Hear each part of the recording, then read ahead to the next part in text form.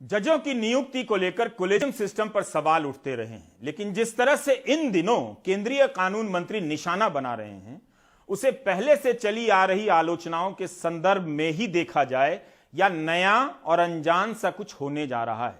कानून मंत्री किरण रिजिजू कह रहे हैं कि जजों की नियुक्ति करना सरकार का काम है। दूसरी तरफ चीफ जस्टिस यूयू ललित की मौजूदगी में वरिष्ठ वकील CS वैद्यनाथन ने कह दिया कि ऐसी फुसफुसाहट है कि सुप्रीम कोर्ट कोलेजियम केवल तभी सिफारिशें भेजेगा जब वे केंद्र सरकार को मंजूर होंगी। मुझे लगता है, वकील साहब कह रहे हैं कि मुझे लगता है कि एक बहुत ही खतरनाक प्रस्ताव है। अगर यह सच है तो इसका मतलब है कि न्यायपालिका की स्वतंत्रता खतरे में है। आशीष भार्गव की यह रिपोर्ट देखिए। आधा समय जजों का दिमाग और समय अगले जज किसको बनाना है उस पे ज्यादा खर्च हो रहे हैं, ना कि अपने पूरे समय न्याय देने में। तो क्यों हाईकोर्ट और सुप्रीम कोर्ट के जजों की नियुक्ति को लेकर मोदी सरकार के तेवर फिर बदल गए हैं। पिछले कुछ सालों से चुप बैठे केंद्रीय कानून मंत्री किरेन रिजिजू ने कोलेजियम सिस्टम पर जमकर हमला बोला। आज के समय में जो मैं देखता हूं और देश का कानून मंत्री होने के नाते मैं जो फील करता हूं कि आधा समय जजों का दिमाग और समय अगले जज किसको बनाना है उस पे ज्यादा खर्च हो रहे हैं, ना कि अपने पूरे समय न्याय देने में।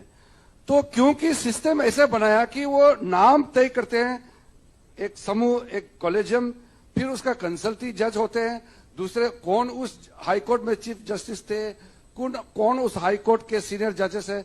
कंसल्टेशन बहुत वाइड होते हैं। बात यहीं तक नहीं है, खुद CJI यूयू ललित की मौजूदगी में एक वरिष्ठ वकील ने भी जजों की नियुक्ति के लिए चल रही अटकलों का जिक्र कर दिया। फुसफुसाहट है कि कोलेजियम सिर्फ केंद्र को स्वीकार्य नामों की ही नियुक्ति देगा। जजों की नियुक्ति को लेकर ये लड़ाई कोई नई नहीं है। 2014 में मोदी सरकार इसके लिए NJC कानून लेकर आई थी, लेकिन एक साल बाद ही संविधान पीठ ने इसे असंवैधानिक करार देकर रद्द कर दिया। तब अदालत ने केंद्र को एक MOP लाने को कहा, लेकिन तभी से ये मामला अटका पड़ा है। केंद्र सरकार और न्यायपालिका के बीच ये टकराव कोई नया नहीं है, ये कई सालों से चल रहा है।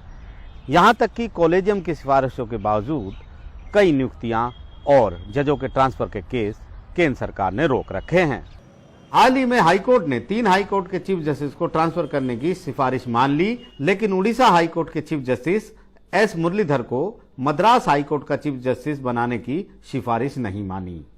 जस्टिस मुरलीधर ने 2020 के दिल्ली दंगों के दौरान देर रात सुनवाई करके कई अहम आदेश दिए थे। दरअसल जजों की नियुक्ति को लेकर सुप्रीम कोर्ट कोलेजियम में मतभेद के बाद केंद्र सरकार का ये तेवर सामने आया है। 8 नवंबर को रिटायर हो रहे CJI यूयू ललित ने 4 नामों को लेकर शेष 4 जजों को चिट्ठी लिखी थी, लेकिन 2 जजों ने इस पर आपत्ति जाहिर की। इसके बाद सुप्रीम कोर्ट में जजों की नियुक्ति पर ब्रेक लग गया।